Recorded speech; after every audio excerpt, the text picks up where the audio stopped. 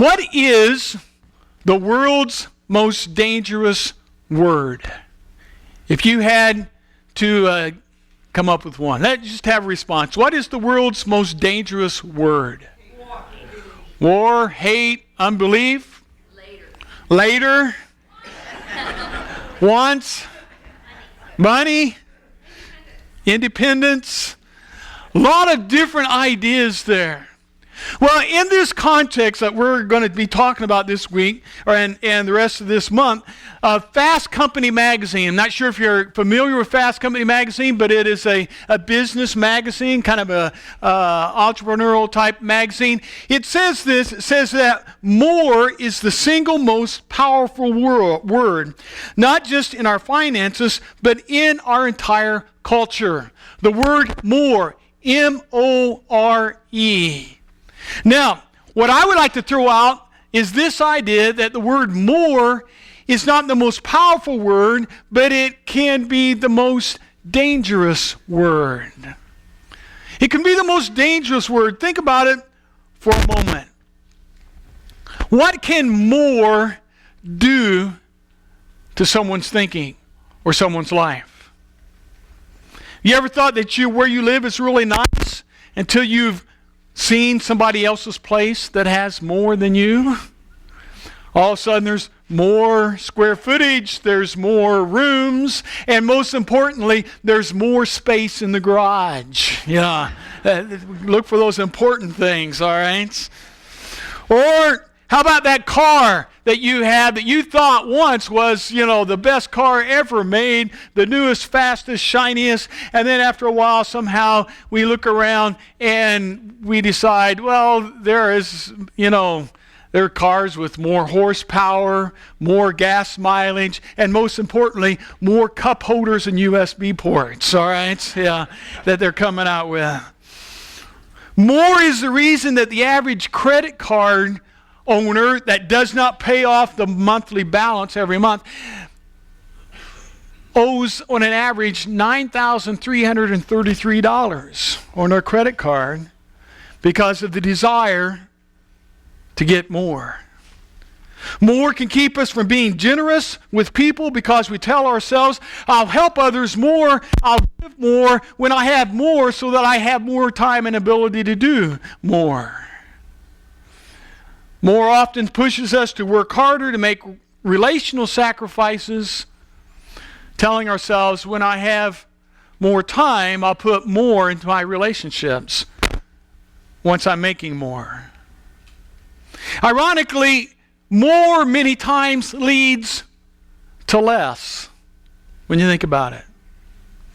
Less time for marriage, less time for family, less time for church, less time for relationships. More can lead to less if you're not careful. So how do you deal with that? How can you overcome that? Has anyone ever found the secret to overcoming all of this? Well, actually, there is a person in the scripture. He was a well-known man in his day, held a high position in the culture of his day. He was very well educated. He was probably a fairly wealthy man. He was well known. He was a leader of the people. He was the one people went to when they wanted to get something done. Who was that? The Apostle Paul. And he was that guy. And yet he came to a point in his life where he shared something that we need to hear today. Because he overcame the desire for more, at least in one aspect. This is what he says. I meant to have this up on the screen, but evidently it's not working today. All right. Paul says this, Philippians 4, verses 11 through 13. I have learned to be content, whatever the circumstances. I know what it is to be in need, and I know what it is to have plenty. I've learned the secret of being content in any and every situation, whether well-fed or hungry, whether living in plenty or in want. I can do everything through Him who gives me strength. Now, Paul writes these words, and he was not having what I would call a mountaintop experience. It was not the best time of his life when he wrote these words. Paul, in fact, was writing these from a prison cell. He was writing them when he had been thrown into prison for preaching the gospel with no just cause. He was writing at a time in his life where he had been beaten and left for dead at one of the cities that he worked at, preached at. He had been kicked out of others. He'd been wrongly accused of doing things. And yet he is writing at a time in his life when it should be at the bottom. And yet he says, I've learned to be content. That word content's an interesting word. It's a word that comes from a root word that means to raise a barrier, to ward off. Now, you probably never thought of contentment in that context, to raise a barrier, to ward off. But think about that in our lives. What is it that makes us discontent? It's many times the things that we look at and it kind of comes into our life and says it causes an unrest in our heart, and we find ourselves being discontent because why? There's always more out there. There's more to get, there's more to do, more things, all kinds of things. So I think it's interesting that Paul uses this word that says, I've learned to ward off. I've learned to create a barrier around me so that those things that might creep into my life and destroy the way I think and the way I pursue life, I've learned to keep them at arm's length. And that's what Paul says. I've learned to be content. Think about that phrase for a moment. What does that mean? Here's what I took. If I have to learn something, what does that mean? I didn't have it all figured out.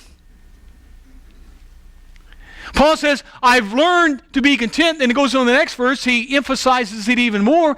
I've learned the secret of being content. He learned how to be content. You know what? I'm glad that Paul had to learn how to be content, because that means I'm not the only guy out there that needs to learn some things. We don't like to be out there by ourselves. This past week I'm playing basketball up the rec center, and I'm guarding this guy, and he has a fabulous turnaround jump shot. He turns around, he fades back. It's almost impossible. I have my hand 2 inches from his face, and he's still making these shots. And and then on a play, another guy switched and he was guarding him, and this guy did the same exact thing to him, and this guy's better than I am, and scored the exact same way. I went up to him and said, man, I am so glad he scored on you. He looked at me like, huh? And so I was beginning to think I was the only one that couldn't play defense, but obviously, this guy can score on anyone.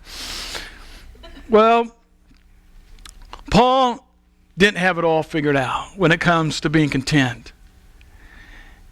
We're not the only ones that need to learn. But the key is Paul was willing to learn. We all need to be willing to learn. If you're to look at Paul's life before and after he became a Christian, it's quite a contrast. Before he became a Christian, as I mentioned before, he had all these things. He had prestige, he had position, he had reputation. The Pharisees were usually one of the wealthier people in the community, a position of prominence. He seemed to have it all. And yet when he became a Christian, if you know the life of Paul, he lost all of that. He went on, first off, people didn't trust him. He was the guy going out and he was supposed to be persecuting Christians. He was supposed to be finding Christians, dragging them into jail, even consented to Stephen to have him put to death. So the Jews, they loved him. Yeah, go get him, Paul. Yeah, all right. And then Paul, as he's on his way up to Damascus, has a conversion, becomes a Christian, and all the Jews said, huh? What are you doing now? You're standing up for the Christians? And the Christians said, no way. I know who you are. He was a man without a home. He couldn't win. The Christians didn't trust him, and the Jews hated him for turning around on him. So that's who we have. He's known both sides. And that's why he can say what he can say. I've learned to be content, whether well-fed or hungry, whether living in plenty or in want. And then he uses that phrase, I've learned the secret. And when you hear someone say that, what do you want to say? What's your secret? Well, he tells us. Verse 13. The secret is I can do all things through him who gives me strength. And you say, oh, well, wait a minute. That's not juicy enough. Come on, give us something more, Paul. There's got to be a formula. There's got to be something you got to do, right?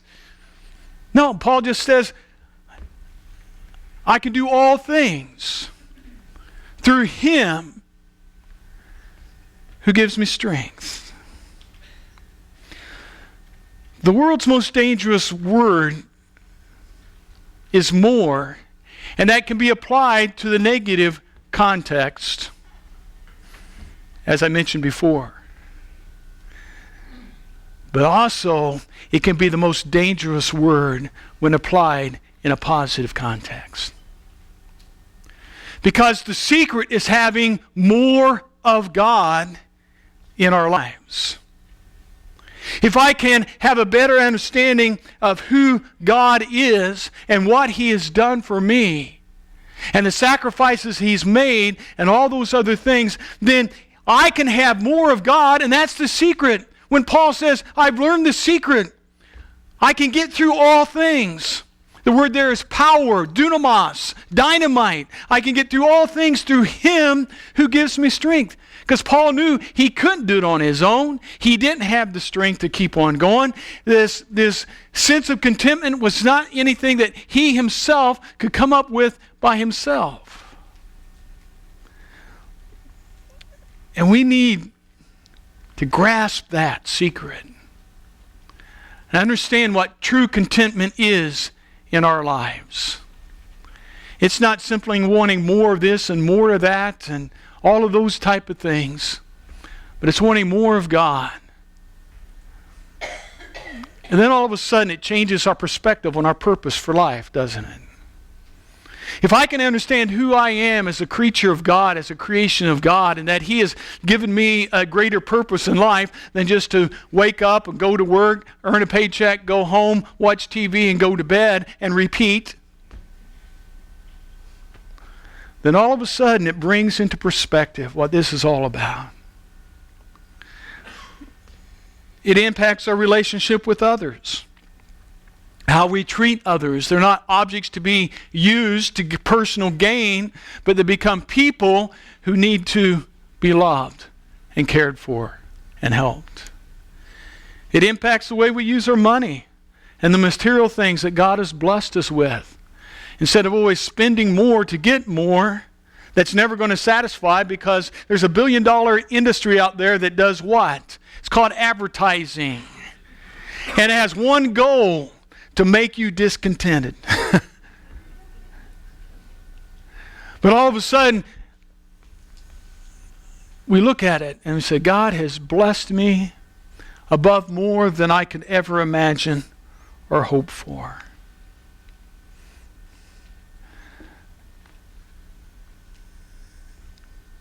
Learn to be content. Not in the stuff we accumulate, but because we know who God is and he has a place in our lives. And that's foundational to all the other things we're going to say this month when it comes to giving and money and stuff like that, because we don't grasp that concept right there. Really all the rest of it is just, where's your heart? Where's my heart? Do I count my blessings every day and then give thanks for them?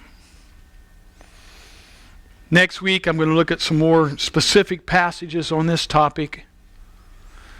But today, I want us all to come to the starting point that Paul came to in his life. I want us to be able to say what Paul says, In fact, I want us to wrap this up by saying this together. Let's read it together. I have learned to be content, whatever the circumstances.